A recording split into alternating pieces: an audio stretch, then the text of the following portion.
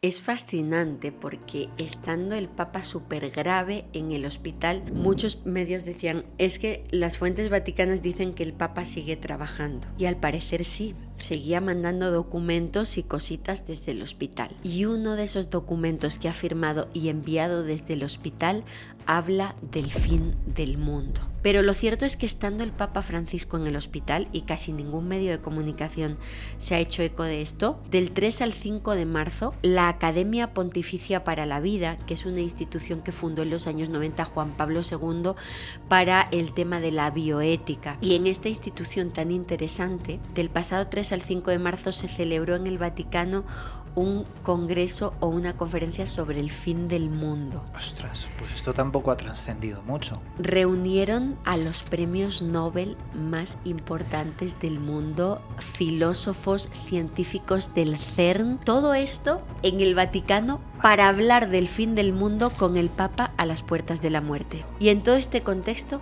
Francisco firma una carta gravemente en el hospital para que las mentes más brillantes del mundo la escuchen. Ostras. En la 11ª visión, que es la antesala del fin, se habla del tiempo de la rapiña. Dice Hildegarda que el tiempo de la rapiña es un tiempo en el que unos hombres voraces van a hacerse con todo.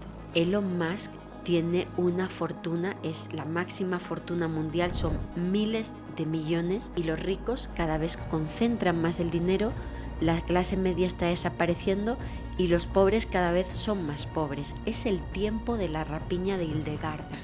Y ella dice que en el tiempo de la rapiña va a aparecer el hijo de la perdición, un tirano que al principio seducirá a todos, pero que después será muy tirano con aquellos que se le opongan. Ya lo estamos viendo en X. Hace años que yo no he visto algo tan claro como que Elon Musk es el anticristo. Es demasiadas coincidencias. Dice Hildegarda del hijo de la perdición. Tratará de ascender a los cielos y será fulminado. Se está hablando de sus cohetes. La obsesión de Elon Musk desde siempre es salir de aquí porque sabe que esto está destruido.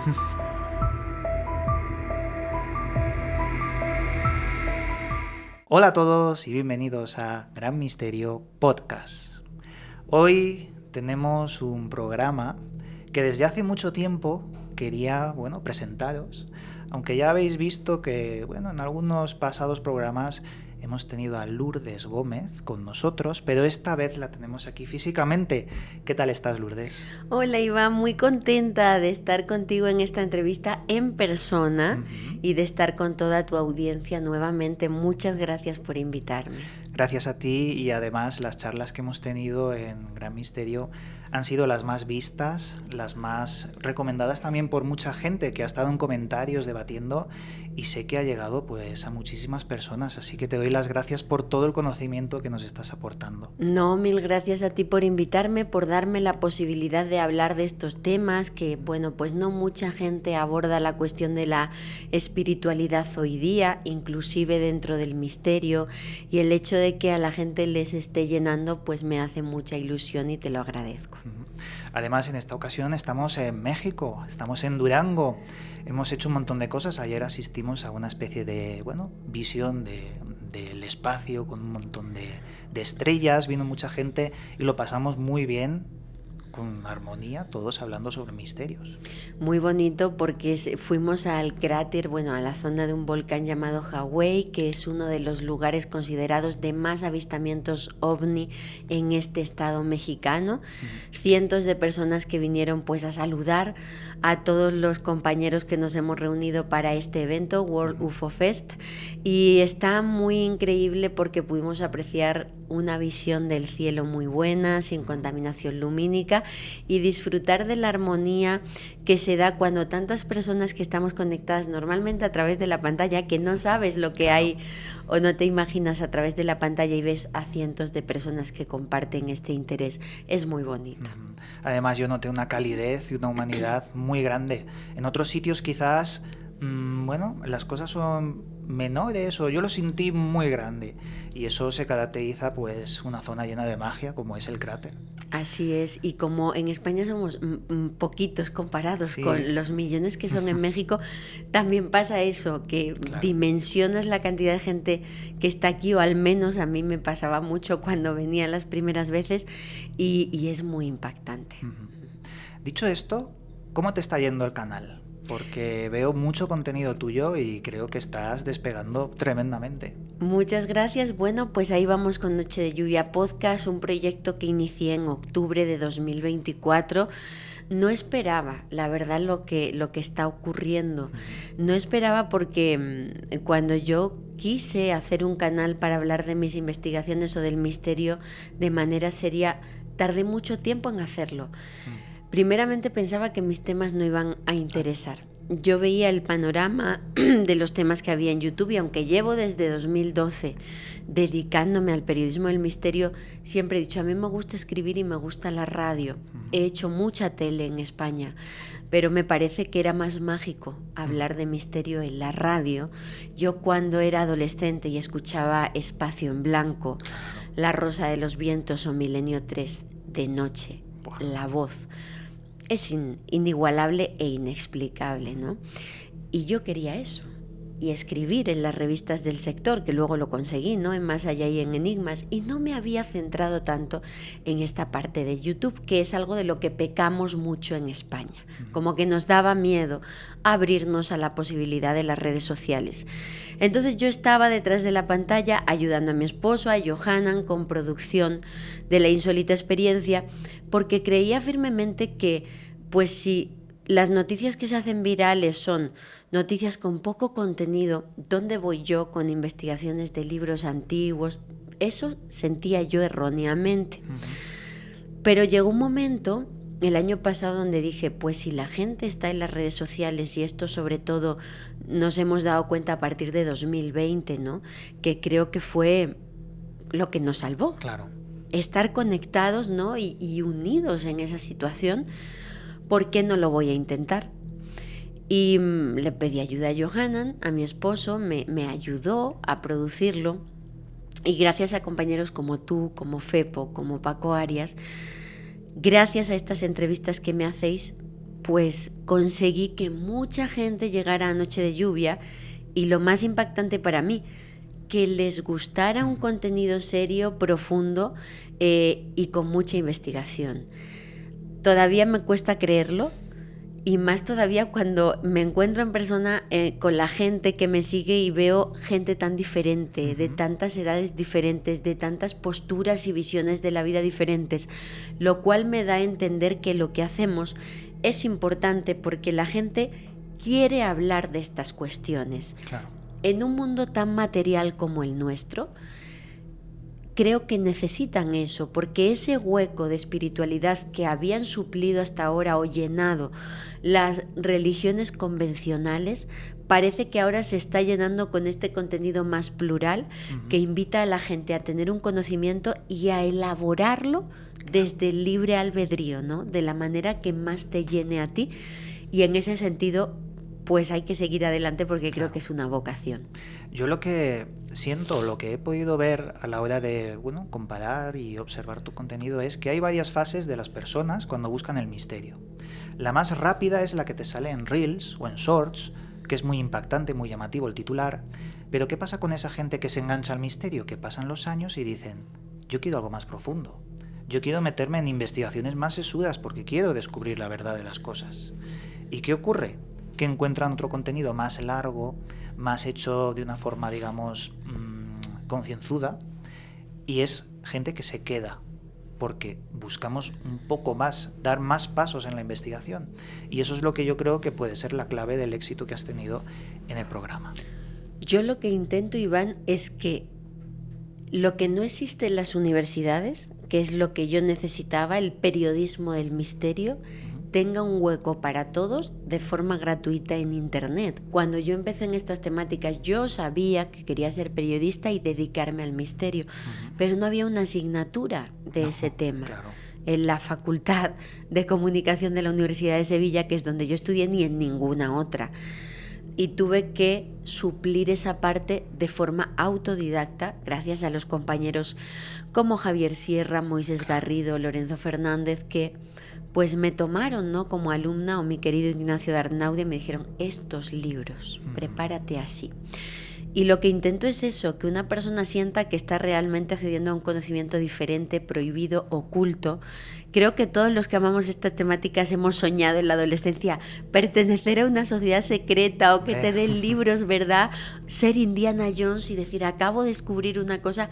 Eso, que tú puedas vivir eso con un vídeo. Pues sí, algo que yo también intento buscar, y creo que es perfecto el nombre de tu podcast, porque La Noche de Lluvia tiene una melancolía especial, ¿no? La hoguera también, o una taza de té, como muchos consumimos este tipo de contenido, con un té calentitos en casa y con un buen libro. Son símbolos. Arquetípicos. Así es. Dicho esto, hay una curiosidad que ahora en internet mucha gente pues parece que tiene, y es sobre el Papa. Porque el Papa Francisco parece que está muy enfermo, pero no aparece tanto como debería, generando teorías de conspiración sobre que quizás él ya no está vivo. Y están siendo, intentando escurrir el bulto diciendo que todo está bien y demás. ¿Qué opinas sobre esto? Pues hay una gran polémica. Es increíble porque desde el día que él empeoró, pues lleva prácticamente un mes o más ingresado en el Hospital Gemelli de Roma, aquejado de una neumonía bilateral que está agravada por su situación de que, siendo seminarista, perdió gran parte de un pulmón. En esta situación compleja, que al principio desde el Vaticano llegaban noticias tranquilizadoras, que era una enfermedad controlada, días después nos enteramos que ha habido una crisis gravísima y que el estado es crítico, y ahí, como dices, hay un boom de teorías. Prácticamente el 80% de las personas que me han escrito en los reportes que yo he dado de salud del Papa piensan que ya ha trascendido y que el Vaticano está preparando el escenario perfecto para el nuevo cónclave y para dar la noticia. Y además lo creen fehacientemente, están convencidos de que en días como, no sé, primero decían miércoles de ceniza, van a dar la noticia, ya ha pasado ese día. Ahora están diciendo en Semana Santa va a ser cuando den la noticia. Y esa noticia no llega. Es más, es al revés. Las últimas noticias que tenemos es que ha habido una mejoría interesante. Ha habido ya audios del Papa Francisco que dicen que no son reales, enviados desde el hospital. Una imagen muy polémica porque está de espaldas el Papa, parecida a una que se tomó en los últimos momentos de Juan Pablo II, con una piel bastante oscurecida a como estamos acostumbrados en el Papa Francisco, que puede ser desde luego por medicación y por tantos días en el hospital. Pero es verdad que es una foto que, lejos de acallar, todas estas teorías las han agravado. Claro, porque ahí entramos en la temática de la profecía del último Papa. Si no recuerdo mal, fue San Malaquías quien empezó a hablar de ello. Hablaba de que el último Papa tendría una connotación, digamos que de oscuridad, porque hay muchas profecías sobre el Papa Negro, pero yo no creo que sea así, sino que hay un elemento que lo oscurece. Y puede ser lo que acabas de decir, que los medicamentos estén sacando fotografías de su piel o su, no sé, más oscuro. Es extraño, es una piel más oscura. Toda la gente dice, no parece su perfil. Pero esos son los únicos datos que tenemos de forma oficial, y efectivamente en ese clima de dificultad de lo que ha ocurrido con el Papa se han despertado todo tipo de teorías, como ocurre siempre en la antesala de un cónclave, que es lo que parecería que estamos a punto de vivir, ya sea porque el Papa trascienda o haya trascendido, si hacemos caso a las teorías, o bien porque renuncie. También se ha hablado muchísimo de que el Papa había renunciado. Muchos medios serios de comunicación han hablado de una renuncia y de que venía un cónclave. Esto no es cierto. El Papa Francisco, es verdad que desde el momento que entró al papado en 2013 firmó un documento de renuncia. él lo dejó claro, dijo que ese documento lo tiene firmado la Secretaría de Estado Vaticana, es decir, el secretario de Estado, el cardenal Pietro Parolin, que es uno de los máximos papables, es uno de los que se piensa que pudiera suceder a Francisco. Él tiene ese documento firmado por el Papa para que se active en caso de que el Papa tenga una incapacidad mental en cuanto a toma de decisiones. ¿Se ha activado? No. Por el momento no. Además, Francisco en este sentido ha sido divergente en sus opiniones. En algunos momentos de su papado ha dicho: esto del cargo eclesiástico que conlleva el ser pontífice no debería ser vitalicio. Debería ser pues un cargo que cuando una persona ya no esté capacitada pase a otro, porque esto se parece demasiado, dijo Francisco en su momento, a cuestiones totalitarias, ¿no? A dictaduras. Él lo dijo, y sin embargo en sus últimas declaraciones el año pasado, cuando le decían, porque le hemos visto desde el año pasado en silla de ruedas, con problemas de rodilla bastante graves, levantándoles personal de seguridad, y cuando le preguntan dice: el cargo petrino es ad vitam, es de por vida y de momento no tengo pensado renunciar. Entonces no ha sido claro. Claro, pero es como si en el primer momento hubiese desafiado al Vaticano, él mismo. Porque si dice eso, es que totalitario, una dictadura. Has tocado un punto muy importante, Iván, porque poca gente recuerda que lo que hizo Benedicto XVI con su renuncia, que nadie esperaba, porque eso ha ocurrido muy pocas veces en la historia de la Iglesia, y es alucinante porque Parravicini, el gran profeta argentino, a través de sus psicografías proféticas ya hablaba de 2 papas. Imagínate, algo que nadie esperaría. Benedicto desafió a toda la curia. Estos días volví a ver en este clima, ¿no?, de salud tan grave del Papa Francisco, las imágenes de cuando renuncia, sentado y lee el documento, y la cara de los cardenales completamente desencajados, en plan, ¿pero qué está haciendo este hombre? O sea, esto no pasa en la Iglesia, y nadie valora lo que hizo Benedicto XVI. No fue dejadez de su cargo. Gracias a investigadores tan relevantes como mi querido Eric Fratini, gran escritor nuestro, corresponsal del Vaticano, lo que hizo fue tratar de limpiar el Vaticano. Si un papa renuncia, tiene que renunciar todo el núcleo eclesiástico importante del Vaticano. Pues mira, eso no lo sabe mucha gente. No lo sabe, y lo que hizo fue dar un paso atrás. En vez de perpetuarse en el cargo, dijo: ¿de qué manera puedo luchar contra los problemas de los que está aquejada la Iglesia ahora mismo? Las cuestiones que se habla de lo que pasa en las diócesis, las cuestiones que se habla de la banca vaticana. Ante ese problema, el Papa Benedicto XVI activó algo que nadie pensaría que se iba a activar: que una persona pusiera el cargo por encima de todo eso y dijera: renuncio a este cargo, me quito el medio para que toda esa gente tenga que irse y entre un aire nuevo. Lo que hizo nadie lo recuerda, y Francisco efectivamente llega y firma la carta de renuncia desde el minuto 1, y es como una amenaza velada de: ojo, si esto se vuelve a poner tan feo como le ha pasado a mi predecesor, me piro. Así como hablamos en España. Y si un segundo papa se pira, ¿no? ¿Qué significaría eso?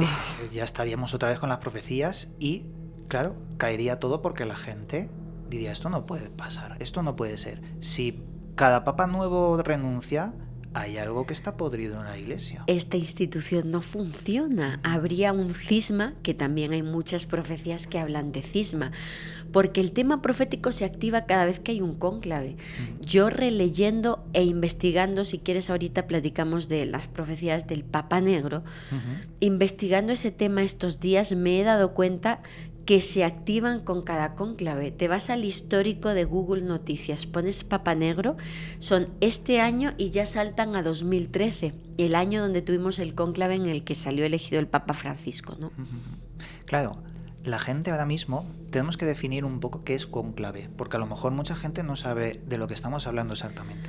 Cada vez que un papa fallece o renuncia, que eso sería todo un ritual, el tema de la renuncia, pues pasó y lo vimos todos en vivo con Benedicto XVI, se le quedó como papa emérito. Francisco, por ejemplo, ya ha advertido que él no quiere nada de papa emérito. Ha dicho que si renuncia quiere ser cardenal de Roma y ser confesor en la Basílica Papal de Santa María la Mayor de Roma. Él no quiere que le den un cargo de papa emérito ni esconderle en Castel Gandolfo para que la gente no vea dos papas, como si hubiera un cisma. Claro. En este caso él ya lo ha dejado claro, pero lo que ocurre, por ejemplo, si un papa fallece, que sería lo normal, lo primero que hace es que se rompe, se destruye su sello del pescador, su anillo papal. Hoy día es un símbolo que simboliza que ese papado ha terminado. Antes se hacía para evitar que se falsificaran documentos con el sello papal, y en esos momentos, digamos, de locura, de acaba de fallecer el papa o qué hacemos, que nadie pudiera aprovecharse de la situación y tomar decisiones en nombre del papa fallecido.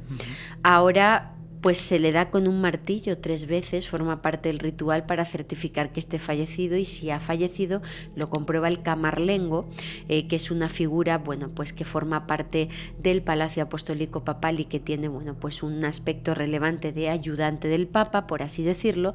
Rompe el sello, lo destruye y se inicia el proceso del cónclave. El cónclave es, digamos que la reunión que celebra el colegio cardenalicio para elegir a un nuevo papa, y tiene todo su proceso. A mí me apasiona toda la cuestión porque no es de inmediato. Primero vienen las exequias del papa, el funeral, y 15 o 20 días después del fallecimiento, que cuando el papa ha fallecido, quien gobierna la iglesia es automáticamente el colegio cardenalicio, se celebra el cónclave. Esos 15 o 20 días es para que dé tiempo a que lleguen todos los cardenales del mundo, porque están por todo el mundo, ¿no? Asia, África, América, tienen que llegar, se hospedan todos, si no recuerdo mal, en el Colegio de Santa Marta, es una especie de hotel o de instalaciones que es donde vive el Papa Francisco, precisamente. Y al final eso es un proceso muy largo. Un proceso que acaba, si no recuerdo mal, también con la elección de un nuevo papa y el humo. La fumata, así es, los hospedan a todos en el Colegio de Santa Marta y ya no pueden tener contacto con el exterior. El secretario, el encargado de celebrar, digamos, el cónclave, porque todos los cardenales que participan, no todos pueden ser papables, no pueden ser mayores de cierta edad, porque sería un papado muy corto. Entonces, aunque tienen derecho a voto, no tienen derecho a ser elegidos. Todos en la Capilla Sixtina, que es donde se celebra este evento, antes de entrar tienen que hacer todo un ritual de invocar que el Espíritu Santo y Dios les iluminen para elegir al candidato que necesite la Iglesia en esos momentos. De ahí es súper importante el sermón de la misa que celebran todos los cardenales por parte del director del cónclave, del secretario. Trata de decirles si él lo ha dicho, yo he visto documentales de cómo de canalizar, como de ponerse en un estado de meditación y decirle a los cardenales qué noticias, qué situación hay en el mundo en esos momentos para que sean iluminados en la elección. De canalizar. Es que la gente, claro, cuando lo ves con otro prisma, cuando lo ves con el prisma del misterio, encuentras paralelismos con Rosacruces, con rituales masónicos, con el fenómeno del contactismo, porque es una canalización tremenda. Totalmente. Pero si ahora hablamos un poco, encauzando un poco el tema, porque yo creo que el cónclave... Y para terminar, entran en la Capilla Sixtina, imagínate que, no sé, hay un gran atentado en Roma, se inicia la Tercera Guerra Mundial, están reunidos, están en un acto de Dios, no se les puede molestar. Los elegibles, los papables, ya se saben. De hecho, ya sabemos cuáles son papables hoy día si Francisco renuncia o fallece. Y a eso se les hace ciertas preguntas. En el caso del Papa Francisco, él lo ha contado varias veces, él se dio cuenta de que era papable cuando antes de entrar en la Capilla Sixtina, un cardenal se acerca a él y le dice: ¿es verdad que usted tiene problemas de pulmón? Y él explicó: sí, me pasó esto. Ya se estaban interesando por su esperanza de vida. Claro. Si tiene mayoría de votos, se queman los papeles con una sustancia que sale la fumata de color blanco, y los fieles saben que hay papa. Y si no han llegado a acuerdos, fumata negra, vuelven al Colegio Santa Marta sin tener contacto y al día siguiente vuelven a intentarlo. Ese es el proceso. Vamos a hablar ahora de la temática sobre el Papa Negro. No quiero que se me escape porque es una temática que durante muchos años la gente está investigando e intenta encontrar un patrón, o diciendo, este es el último. ¿De dónde surge todo esto? Si no recuerdo mal, desde San Malaquías, pero exactamente, ¿cuál es la primera fase de todo esto? Es muy complicado y yo he intentado encontrar el origen y es difícil. Si hablamos de profecías papales, las más importantes son las de San Malaquías, monje irlandés medieval, contemporáneo de Bernardo de Claraval, de esos inicios de la Orden del Temple, que es un monje que viaja desde Irlanda al Vaticano para pedir los palios, es decir, para pedir la bendición papal para la tierra irlandesa. Consigue su cometido, pero nos dice la historia que estando en el Vaticano se da cuenta de que hay una corrupción muy grande y al parecer en esos momentos suyos en el Vaticano pues tiene una especie de revelación sobre los papas que sucederían en la Iglesia Católica hasta el fin del mundo. Son unos lemas, unas frases cortas que irían identificando a cada papa hasta el final. Son cientos de ellos. Y tenemos que San Malaquías, esta información, se publica, o el documento más antiguo que tenemos de sus famosas profecías, es de varios siglos después de que viviera San Malaquías. Y curiosamente, los lemas anteriores a ese siglo en el que se publican son muy exactos y los posteriores no tanto, lo cual da a entender a los expertos que quizá el origen de la profecía es de la época en la que se publicó y atribuido a San Malaquías, pero no es algo que podamos comprobar a no ser que aparezca un documento más antiguo pues atribuido a San Malaquías. ¿Tú crees que el Vaticano repudia a San Malaquías o lo refuerza?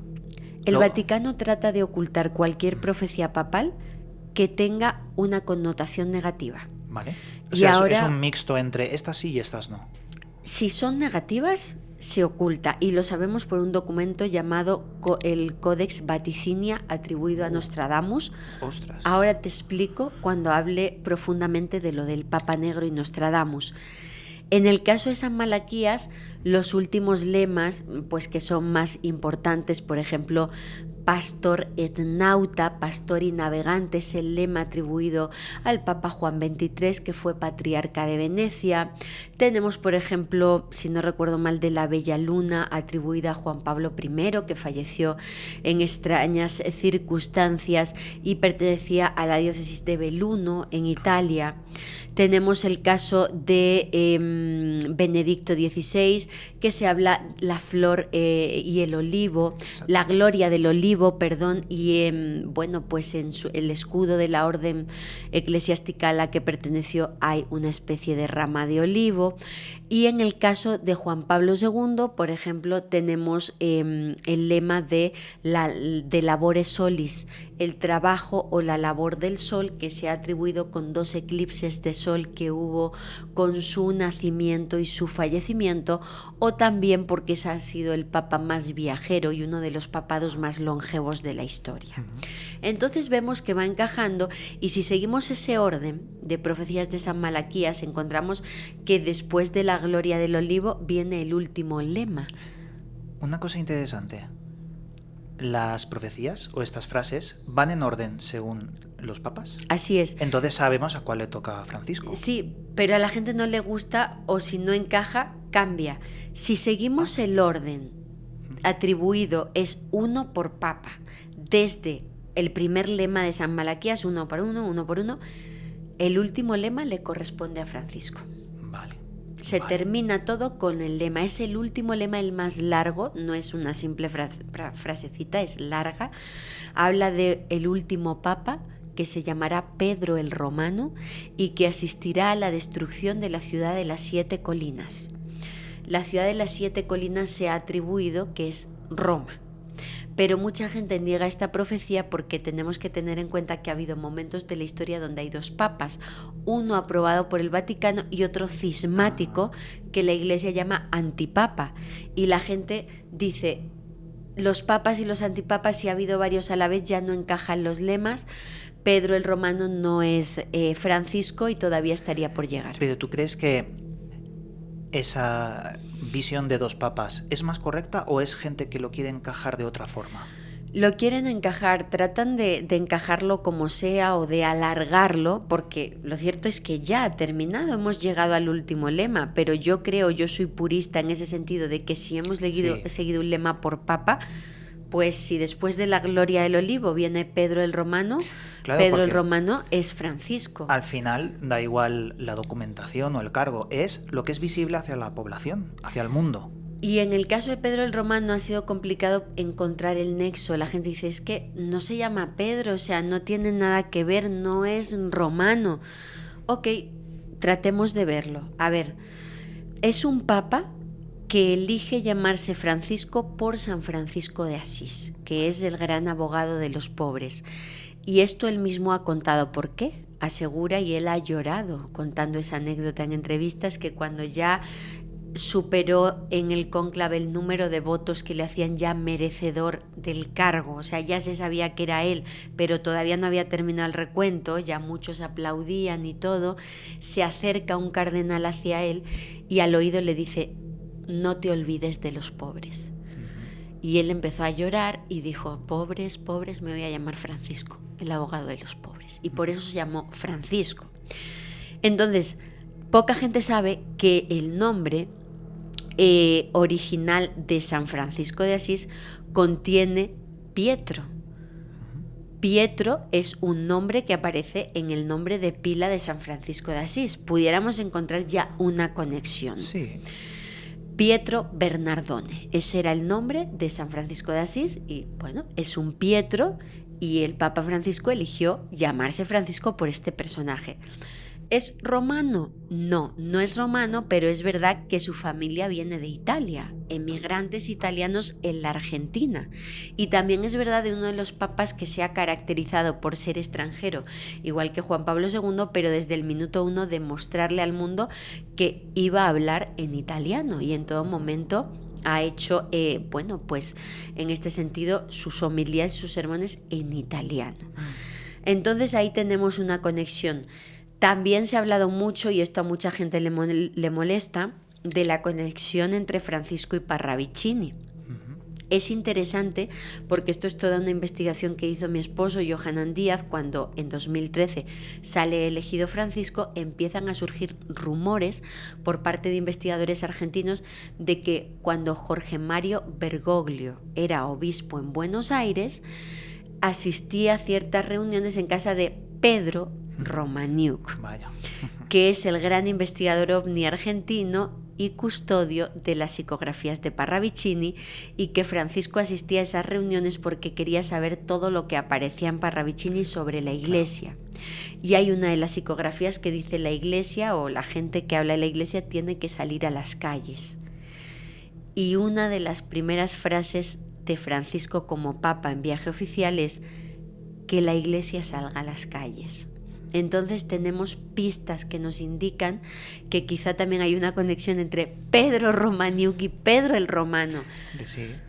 De hecho, cuando acabéis este podcast, si os interesa esta parte específica, hicimos Lourdes y yo un programa, el anterior, donde lo explicábamos de una forma mucho más extensa.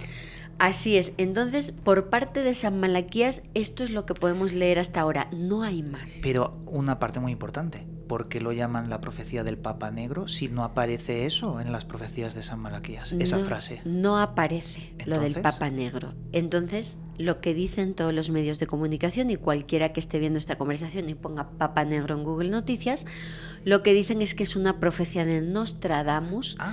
Vale, que habla... Pues yo me he confundido con esto, que no te has confundido, amigo, porque hay un caos total. Vale. Hay fuentes que hablan de que San Malaquías es el origen del Papa Negro y otros que dicen que es Nostradamus. Para preparar el episodio Noche de Lluvia, donde he hablado de esto, me he estudiado todo y de verdad que ya voy a abrir el melón. Ni en Nostradamus ni en San Malaquías aparece. Ostras. ¿Entonces? En San Malaquías no aparece y en Nostradamus, y me he buscado cuarteta por cuarteta de la obra Las profecías de Nostradamus, que son las centurias, la obra profética más importante de Nostradamus, aunque tengamos ciertos textos en prosa. No aparece Papa Negro. Pues estás ayudando muchas personas que están viendo esto, que creen firmemente en la profecía. Pero cuéntanos qué aparece en Nostradamus. Te cuento. Aparece una docena de veces aproximadamente la palabra negro en las centurias, pero en ningún caso aparece Papa Negro. Lo que nos dicen los medios de comunicación cuando analizamos todos los que hablan de Papa Negro, hay dos vertientes o dos vías. Unos dicen, Nostradamus dijo que habría un papa anciano, un papa extranjero y un papa negro, el último. Y la gente dice, ok, papa extranjero Juan Pablo II, papa anciano Benedicto XVI, papa negro es Francisco. Nostradamus no dijo esa frase, no aparece en las centurias. Yo por más te juro, Iván, he buscado en ediciones diferentes de las centurias y no está. Debo decirte que todos los años aparece en internet las profecías de Nostradamus para 2025 y son profecías que no están, o sea, no están. Y yo he detectado muchas noticias que buscan el sensacionalismo directo porque saben que eso tiene mucho clic. Este caso es el mismo. De hecho, también hay interpretaciones que a lo mejor un medio de comunicación dice vamos a cambiar esto y lo hacen. Sí. Se lo inventan todo. Y alucinante, hay una nota del cronista que directamente te dice, aunque no dijo exactamente Nostradamus esas palabras, eso lo he visto, sí. Digo, si están hasta reconociendo y seguimos fomentando y no decimos ninguno cita la fuente. Entonces, Nostradamus no dice esto que acabo de decir y tampoco dice otra frasecita que termina en rey negro. No aparece rey negro. Aparece, y si alguien lo quiere ver en Noche de Lluvia, he citado, aunque digo, mira, aunque algunas personas se aburran, pero esto es necesario, he citado cuarteta por cuarteta de todas las que aparecen la palabra negro, y la gente va a ver que no aparece rey negro ni papa negro. Aparece duque negro, aparece monje rojo negro. Me llama la atención porque los cardenales visten de rojo, eso me llama la atención. Pero la única referencia que habría, dos referencias de Nostradamus al tema papal y vaticano son dos. En una cuarteta que dice que el Vaticano se trasladará, o sea, que la Santa Sede se trasladará del Vaticano, que se irá del Vaticano, no sabemos si por una guerra, por un conflicto mundial o por un cisma, pero que la Santa Sede ya no estará en el Vaticano. Eso aparece en Nostradamus. Y la otra que aparece, que relacionan sobre todo con los papas, es que en una noche, en la oscuridad, 3 personajes con engaños traicionarían al Papa y cuando esté en la mesa sentado leyendo la Biblia, le atacarán. Entonces se interpreta, o la gente ha interpretado, que el Papa que venga, o bien Francisco, lo van a desaparecer. Y esas son las dos únicas referencias, Iván, pero no aparece la profecía del Papa Negro tampoco en Nostradamus. Pues sin ninguna duda esto es muy interesante porque hay, como ya decía antes, mucha gente que busca y cree en algo que ha visto en internet y lo defiende y queda en ese inconsciente colectivo de los que buscamos el misterio. De hecho, te iba a preguntar también por otra cosa. Tú me habías mencionado, antes del podcast, que ha escrito una carta relacionada con el fin del mundo. Así es. En el caso de, para terminar con lo del Papa Negro, no tenemos la fuente. Mucha gente también hace referencia, expertos en conspiración, a una obra llamada Codex Vaticinia. Es una obra que apareció en la Biblioteca Central de Roma, que encontraron pues investigadores italianos como Roberto Pinotti, y son como una serie de acuarelas proféticas, digamos que un precedente de Parravicini, profecías en forma de obras de arte. ¿Pero hechas por quién? Se atribuye a Nostradamus, y es verdad que History Channel hizo toda una investigación. Sí que la tinta y todo es contemporánea a mediados del siglo XVI, que es la época donde vive Nostradamus, pero la letra no encaja con los documentos que tenemos de Nostradamus. Se atribuye a su hijo César, el hijo de Nostradamus, que hizo el famoso retrato, que sí que pintaba, pero tampoco lo sabemos. Lo cierto es que esta obra, que sí que es contemporánea a Nostradamus y que parece profecías papales, tiene una escena que vamos a mostrar donde aparece una especie de muralla medieval que muchos han atribuido con el castillo de San Angelo en Roma, y aparecen como unos ejércitos tratando de acabar o someter con un personaje de piel oscura, que la gente dice que pudiera ser el origen de la profecía del Papa Negro, una gente atacando a un papa. Es así, no lo sabemos, pero es otro dato que ponemos sobre la mesa de cuál pudiera ser el origen de la profecía del Papa Negro, pero no estamos seguros. Entonces, si existe, para terminar con esto, una profecía del Papa Negro, no tenemos el origen, pero ahora digamos, vale, existe. ¿Qué significa? Hay gente que dice que es un personaje de negro corazón, que llegaría al papado, y otros, los más numerosos, que hablan de un personaje, de un cardenal de piel negra. Es verdad que hay una treintena de cardenales negros ahora en el colegio cardenalicio y 2 o 3, pues son papables. Ya en el anterior cónclave, en el que salió elegido Francisco, 2013, se habló mucho el cardenal Peter Sara, que es de piel negra, pudiera ser. O que ya se haya cumplido la profecía, porque ya existe un papa negro dentro de la Iglesia. Al líder de los jesuitas se le ha considerado históricamente siempre con el mote de Papa Negro, por esa oposición al Vaticano, por ser una orden pues bastante belicosa, bastante reivindicativa. Entonces el primer Papa Negro habría sido San Ignacio de Loyola, y el actual Papa Negro es el actual líder jesuita, que es un venezolano. O tercera vía, y terminamos con esto, que el Papa Negro sea Francisco, porque es jesuita. Encauzando un poco varios términos que hemos tratado entre medias, uno era la carta. Una carta que tiene que ver con el fin del mundo que ha escrito o dibujado Francisco. Cuéntanos un poco al respecto.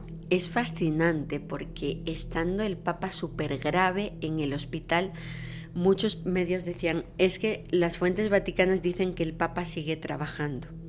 Y al parecer sí, seguía mandando documentos y cositas desde el hospital.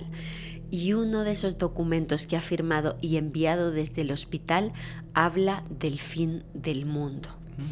Es increíble porque es verdad que Francisco ya había hecho referencias al tema del fin del mundo, y lo hizo en finales de 2024. En el mes de noviembre de 2024, durante un sermón, él se refirió al fin del mundo y me impactó mucho porque habló de un cambio de conciencia, habló de una unión de todos, habló más que un escenario apocalíptico terrestre como de un cambio interior. Me impactó porque eso es súper parecido a lo que hablan los contactados con extraterrestres y su admirado Parravicini, si tenemos en cuenta la conspiración. Pero lo cierto es que, estando el Papa Francisco en el hospital, y casi ningún medio de comunicación se ha hecho eco de esto, del 3 al 5 de marzo, la Academia Pontificia para la Vida, que es una institución que fundó en los años 90 Juan Pablo II para el tema de la bioética. Juan Pablo II empezó a preocuparse en los años 90 cuando se empezó a hablar de clonación, modificación del ADN, todo esto, y creó una institución que es la Pontificia Academia para la Vida, que trata de los peligros éticos relacionados con la tecnología. Y en esta institución tan interesante, del pasado 3 al 5 de marzo se celebró en el Vaticano un congreso o una conferencia sobre el fin del mundo. Ostras, pues esto tampoco ha trascendido mucho. Reunieron a los premios Nobel más importantes del mundo, filósofos, científicos del CERN, todo esto en el Vaticano para hablar del fin del mundo con el Papa a las puertas de la muerte. Pero vamos a ver un momento, porque esto es muy importante. ¿Fin del mundo metafórico o fin del mundo del fin del Vaticano o de verdad el fin del mundo? De verdad el fin del mundo. ¡Ostras! Y nadie ha hablado de esto. ¿Pero por qué nadie ha hablado de ello? Pues yo, como soy una friki de nuestros temas y tengo el correo lleno de alertas de Google Noticias de todo lo que se menciona Vaticano, pues por eso me enteré. Y digo, esto es verdad, y me pongo a investigar y era verdad. Puedes acceder a si existen grabaciones o algo de lo que se habló, o es top secret. No he podido ver grabaciones, he podido ver los comunicados oficiales de la Iglesia, el comunicado oficial del Papa y algunas noticias de fuentes como Infobae de que algunos participantes han explicado a medios, por ejemplo, un rabino argentino que es especialista en bioética, que al medio Infobae le ha contado y a otros medios más o menos de lo que se ha hablado. Y yo he hecho un episodio reuniendo toda esa información en Noche de Lluvia. Entonces, lo que hace el Vaticano es reunir, repito, entre el 3 y el 5 de marzo a las mentes más brillantes del mundo, a premios Nobel de medicina, de física, de química, a científicos del CERN, a rabinos judíos de otras religiones especialistas en bioética, para que todos ellos hablen del fin del mundo y encuentren una solución a la movida en la que estamos metidos. Y en todo este contexto, Francisco firma una carta gravemente en el hospital para que las mentes más brillantes del mundo la escuchen. ¡Ostras! Es que yo lo pensaba y digo, ¿pudiera haber sido el último documento de Francisco? Y habla del fin del mundo. Y si vemos lo que dice el documento, Iván, es muy fuerte. En el documento él alerta, es increíble, de la situación en la que estamos. Dice que el mundo es un mundo en policrisis. Ese es el término que utiliza. Dice, hay crisis de que nos hemos cargado el medio ambiente, o sea, el planeta está destruido. Esto ha llevado, y se habló mucho de ello en esa conferencia, a una nueva era geológica, el antropoceno. Sí. Hemos creado una nueva era geológica marcada, y Francisco habla de esto en la carta, por el cambio climático, por la subida del nivel del mar, por los plásticos, por la desaparición de especies, la destrucción de toda la obra de Dios. Un pequeño apunte muy interesante para la gente. El antropoceno se puede descubrir cuando hacen perforaciones con cilindros, sacan unos cilindros y pueden ver los estratos de la Tierra. Pues los que empiezan con plásticos y cositas de manipulación artesanal del ser humano es la era del antropoceno. Pero perdona que te he hecho No, súper interesante, porque una cosa que me impactó y es digna de que reflexionemos, Iván, después de que digan en ese documento de Francisco y en la reunión del fin del mundo en el Vaticano, estamos en el antropoceno, y ha pasado una cosa muy curiosa. Como nos hemos cargado la biosfera, totalmente. Nos hemos metido en la tecnosfera. Buah. Inteligencia artificial. Dice, o sea, como ya esto está destruido, vamos al celular y ya está, y al móvil, y no vemos, y vivimos en la era digital para no asumir, y ha habido psicólogos y psiquiatras que han, como no podemos asumir, nuestra mente puede hacer cortocircuito si realmente fuéramos conscientes de lo que hemos hecho con el planeta. Por eso ha nacido la tecnosfera, porque no existe. La inteligencia artificial nos crea paisajes preciosos, bonitos, y nos olvidamos de esto. Es como, no mires arriba, mira mejor abajo la pantalla de tu teléfono, como la película aquella que decían, Don't Look Up. Exacto, pues esto es lo que se habla en ese documento. Y ahora, con la parte para mí más fuerte. Dicen que la solución es volver a la naturaleza, o sea, que es prioritario la defensa de la naturaleza, no hay más. Pero lo más impactante del documento de Francisco dice que en este mundo en policrisis, en vez de que se fomente organizaciones internacionales que nos unan a todos para acabar con lo que hemos hecho a la Tierra y lo que le estamos haciendo al ser humano, alerta del peligro de la tecnocracia contra la dignidad humana. Y eso es un guantazo en toda la cara a Elon Musk y a Donald Trump. La tecnocracia es un movimiento que nace a mediados del siglo XX en Estados Unidos, donde una serie de científicos y técnicos dice: nosotros quisiéramos que el sistema político ideal en el mundo fuera la tecnocracia, que es que los técnicos y los científicos tomen las decisiones por todos, que las mentes más preparadas de la sociedad tomen las decisiones. Y entonces no habría dinero, solo habría certificados energéticos. La gente trabajaría muy poco, poquitas horas a la semana. La gente se jubilaría con 45 años. ¿Dónde está lo raro entonces? Lo raro está en que es un totalitarismo. Igual que el nazismo, igual que el comunismo, es un totalitarismo que proponen estos tecnócratas que empezaron a hacer saludos raros, acordémonos del gesto de Elon Trump. Madre mía, es verdad. Que se llamaban por letras y numeritos, acordémonos del nombre del hijo de Elon Musk. Y lo más curioso de todo es que el movimiento tecnócrata, que no fue a ningún lado, no murió en Estados Unidos en los años 30. Se potenció.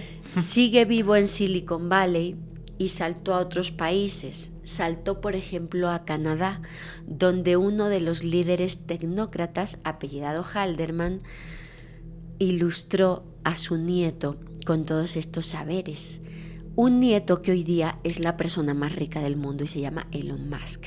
Y es tecnócrata, tiene el poder y el dinero para hacer la tecnocracia una realidad, tiene el poder político, porque ya forma parte importante del gobierno de una de las principales potencias del mundo, y tiene la visión y la inteligencia para llevarlo a cabo, y lo ha dicho con gestos, con nombres de sus hijos y con declaraciones claras. Abiertas. Ha dicho que él quiere hacer en Marte una tecnocracia, es decir, no democracia.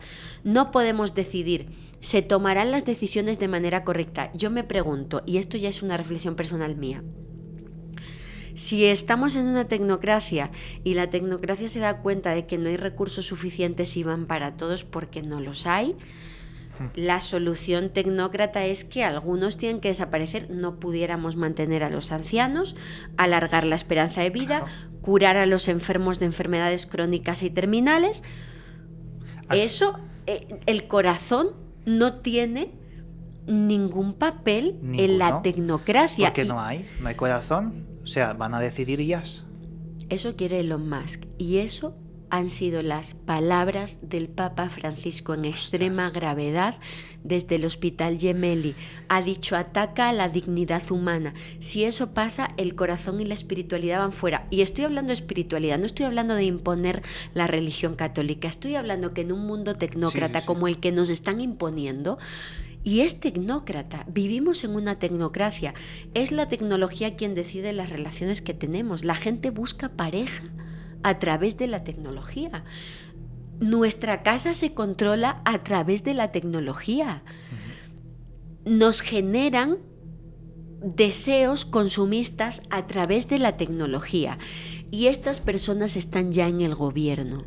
Y eso quiere desaparecer la democracia, los medicamentos y cualquier cosa que alargue la esperanza de vida, porque no es una decisión racional mantener a personas que no deberíamos mantener. Eso es muy grave, eso es gravísimo y repito, es la carta que ha escrito Francisco desde el hospital y de la que nadie habla. Yo estoy seguro que cuando Francisco escribió esa carta tenía una palabra en mente que no la plasmó: anticristo.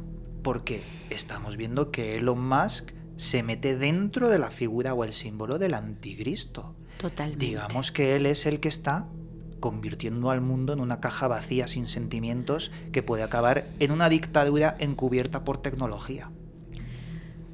Yo admiro mucho a una mística, Hildegarda de Bingen, que vivió en el siglo XII y que el Papa Benedicto XVI convirtió en doctora de la Iglesia. Hildegarda desde pequeña veía cosas que ella llamaba la luz viva. Ella creía que era información que Dios le daba para el futuro. Esa luz viva que le acompañó durante toda la vida, cuando ella tenía 40 años le da una orden que pusiera por escrito una información y unas visiones que le iba a dar. E Hildegarda tarda 10 años en poner esas visiones. Escibias, Conoce los caminos, es la obra donde pone esas visiones. En la 11ª visión, que es la antesala del fin, se habla del tiempo de la rapiña. Dice Hildegarda que el tiempo de la rapiña es un tiempo en el que unos hombres voraces van a hacerse con todo. Elon Musk tiene una fortuna, es la máxima fortuna mundial, son miles de millones, y los ricos cada vez concentran más el dinero, la clase media está desapareciendo y los pobres cada vez son más pobres. Es el tiempo de la rapiña de Hildegarda. y ella dice que en el tiempo de la rapiña va a aparecer el hijo de la perdición. Un tirano que al principio seducirá a todos, pero que después será muy tirano con aquellos que se le opongan. Ya lo estamos viendo en X. Es verdad, y están poniendo con grafitis un montón de coches que intentan acabar con el imperio de Musk. Y les está quitando el tic azul de X a aquellos que piensan diferente a él. Es decir, les está quitando la monetización a grandes activistas de X. Pero con falsas promesas de compro Twitter para darle a la gente plena voluntad para libertad de expresión, y no es verdad. Y otra cosa importantísima, dice Hildegarda del hijo de la perdición: tratará de ascender a los cielos y será fulminado.